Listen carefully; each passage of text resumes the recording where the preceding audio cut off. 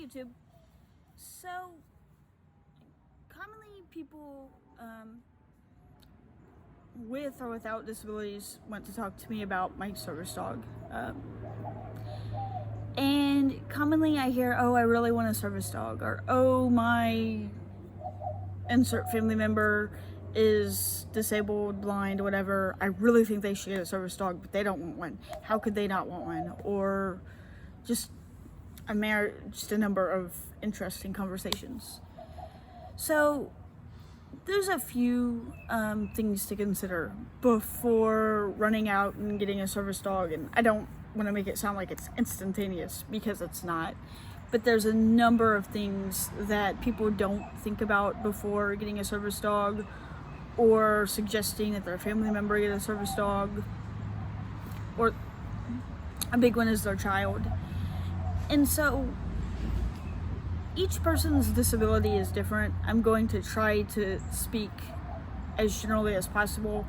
For some disabilities, there are very specific things that need to be taken into account, so I will also bring some of that up.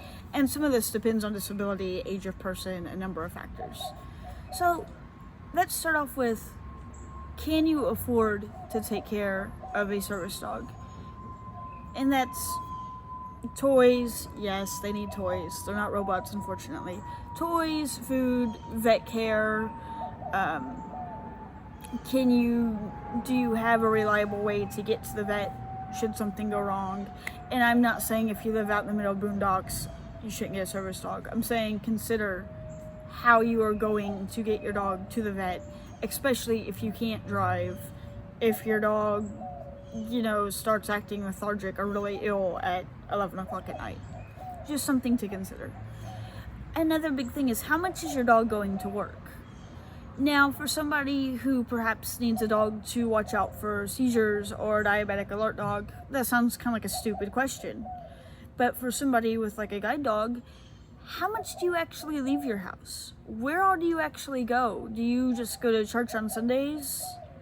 Maybe a dog isn't right for you. Maybe you would be better assisted just with sighted guide or a cane. I'm not saying yes or no, I'm saying truly consider it. What kind of outlet is the dog going to have? And you might think, well, I have a huge backyard, the dog is going to play. That's fair enough. But how much work is the dog going to get? A lack of work may affect the dog's skills, so just something to bear in mind. If you're getting a dog for anxiety, or if you have anxiety and you're getting a dog for something else, think, is a dog going to cause me more anxiety? There's not a day goes by that I don't go out with my dog, that I don't get stopped, that people don't want to talk about my dog in some way, shape, or form. And most days I don't mind this. Sometimes I'm in a hurry and I have to set firm boundaries. Hey, I need to go now. Or, hey, please don't distract my dog. Is that something you feel comfortable doing? And just because that's something you might not feel comfortable doing now, doesn't mean that with work and with practice and repetition, that's not something you can become comfortable doing. But again, it's just something to think of. Do I really want a dog? Do I want the responsibility that comes with the dog? Do I really want to have to take the dog out, clean up after the dog, play with the dog, pet the dog, care for the dog? That sounds like a stupid question, but often people or family members especially get so fixated on what the dog can do to help the person, they don't stop and consider it really is like having a dog. Do I really want to take a dog with me most places? Now, I'm a guide dog user. There's some places I don't take my dog because it's not safe for him, or it's just more convenient for me not to. Loud concerts is one. That's just not a conducive environment. I don't take him to the bar. I might take him down to my local pub, like at noon when there's not many people in it. But I don't take him into a noisy bar in downtown Houston on a Saturday night. That, again, just not something I feel comfortable doing. So it's not like once you get a dog, they have to come everywhere.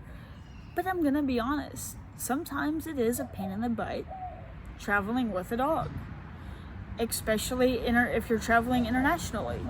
Now, if you know, for example, that you're going to do a lot of traveling over the next few years, but you're not going to do much traveling after that internationally, depending on your disability, maybe wait.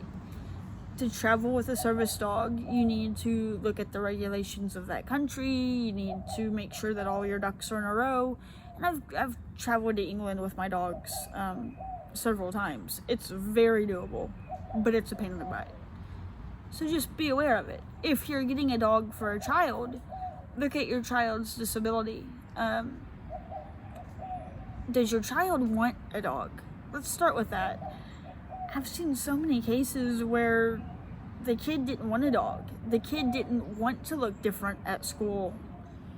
It didn't make them more independent. It just turned them into an anxious mess.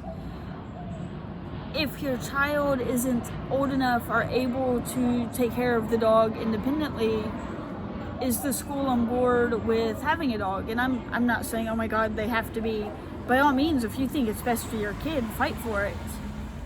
But that's something, again, that you're going to need to weigh. And you're going to need to actually look at, what can the dog do for my child? Unfortunately, many parents get their kids, especially their kids with autism, dogs, and they expect for the dog to act kind of like a babysitter. Well, the dog can alert you if little Timmy is running away. That's not really a substitute to having to watch little Timmy. And I don't mean to sound heartless. I get it. You want something that's going to help your kid. But you have to be realistic with the expectations that you're placing on these dogs. Now, it might be the case that maybe your child has seizures, and maybe you just want to get an in-home service dog, especially at night while the family's asleep. That's perfectly valid. It's perfectly valid to want to have an in-home, service dog. And for people with other disabilities, having an in-home service dog might benefit you more than having a service dog that you take places. I'm thinking may not so much for a seizure, notifying you about a seizure before a seizure, but seizure response.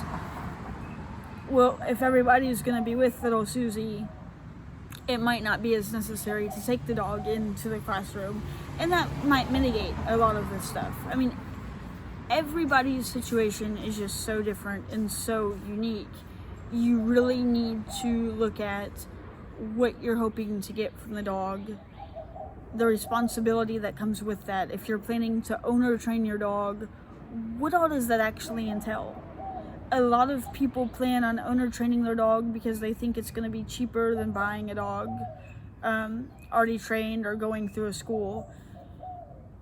Keep in mind you're in many cases adding a year or 2 years on to paying for the care of that dog. Also, I would highly recommend having a trainer on standby, because chances are you're going to need one some point through the process. And for some people, they have no choice because they can't come up with $20,000 or $30,000 at the drop of a hat. I totally get that, but be realistic about what the training is actually going to cost, because it might end up being more than you think it is. Also, if you're gonna owner train your service dog, think about what you're going to do with that dog in the event that it washes. Now, to wash means it does not cut it as a service dog, it washes out. Can you afford to keep that dog and take on another dog? Are you going to send that dog back to the breeder if you got it from a rescue? Are you going to sell the dog? Are you going to send it back to the rescue? What are you doing? And I'm not saying you need to do X, Y, or Z. I'm just saying these are things that you really need to think about just in case. If there's anything that other service dog handlers can think of that I've forgotten, feel free to let me know. I will leave the comments on for this video.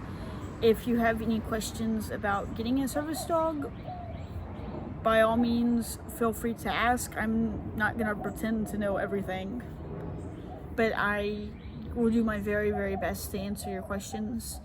And if you want to talk anonymously or anything, my email is blyndd1@gmail.com. Thanks for watching.